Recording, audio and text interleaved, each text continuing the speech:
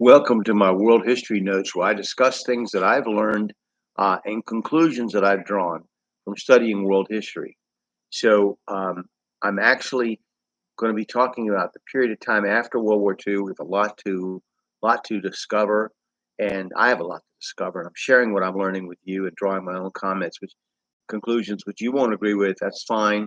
You might even be offended by what I say. The point is that you do your own study, and that way you have your own conclusions that you know studying history yourself. So we're talking about the period of time, the last year of the war, 1945. We're starting in there, and I hope you'll subscribe to my channel. And here we go.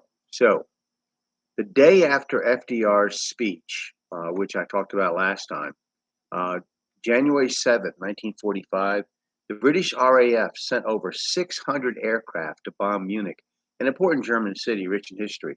Of the 74 raids on Munich in the war, some sources say over 6,000 civilians were killed and over 15,000 injured. 2 days later, in the Philippines, in the Battle of the Bessang Pass, north of Manila, that's what happened then. This battle would go on until the middle of June. The Bessang Pass was important as a path to the Cordillera Mountains and a stronghold of Japanese forces under Japanese General Tomoyuki Yamashita, who would be tried as a war criminal for atrocities committed under his command. It's important to note that he led Japanese forces during the invasion of Malaya and the Battle of Singapore in early 1942. He is known for his early victory in Malaya and Singapore in less than 70 days as the, quote, Tiger of Malaya. And British Prime Minister Winston Churchill called that loss the worst capitulation and greatest disaster of British military history. Yamashita's command would hold on after the battle was lost until Japan surrendered.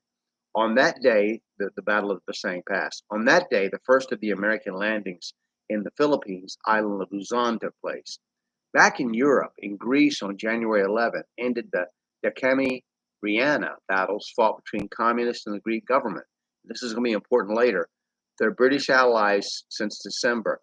The communists, the National Liberation Front of Greece, have been the principal resistors to the Axis occupation.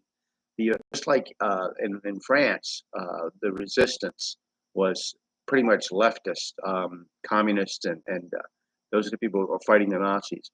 The events would lead to the disarmament of the communists, a small massacre at a rally, and further conflict that led to the Greek Civil War.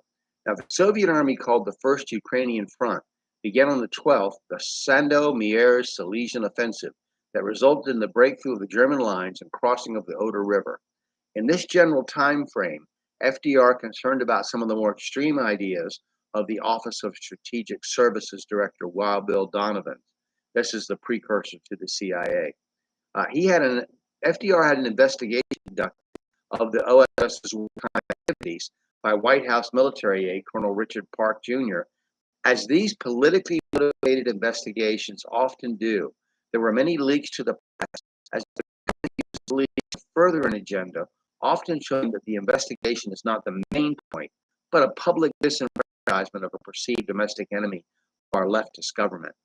The mainstream media, the press, made it look like Donovan wanted to create a sort of American Gestapo. It appears from my point of view that Donovan was useful while FDR needed him, but there was no way he would permit Donovan to turn on America's Soviet ally, which was likely. What was good once and important was now a possible detriment to the new order of things. Speaking of espionage, back in 1942, the Federal Bureau of Investigation, the FBI, had learned that J. Robert Oppenheimer, a central figure in the atomic bomb project, was identified by Communist Party members as a secret agent of the Soviet Union who had been inactive because of essential wartime work he had been doing. Not only would Alger Hiss, Lachlan Curry, Harry Dexter White, mentioned earlier, be identified as Soviet agents, but diplomat John Stuart Service and the communist magazine Amorasia would be identified as communist tools.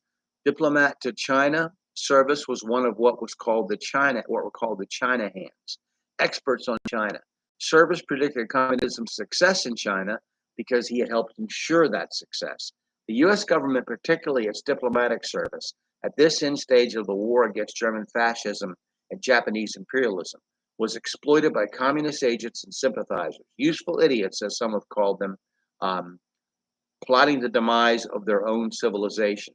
This is merely a continuation of communist penetration into FDR's administration during the 1930s, as laid out in, among other places, books like American Betrayal by Diana West, who's a Yale graduate and former CNN contributor, and Stalin's Secret Agents by M. Edward Stanton, also a Yale graduate and a journalist.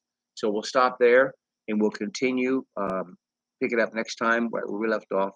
I hope this will encourage you to dig into world history and study it yourself. Thank you.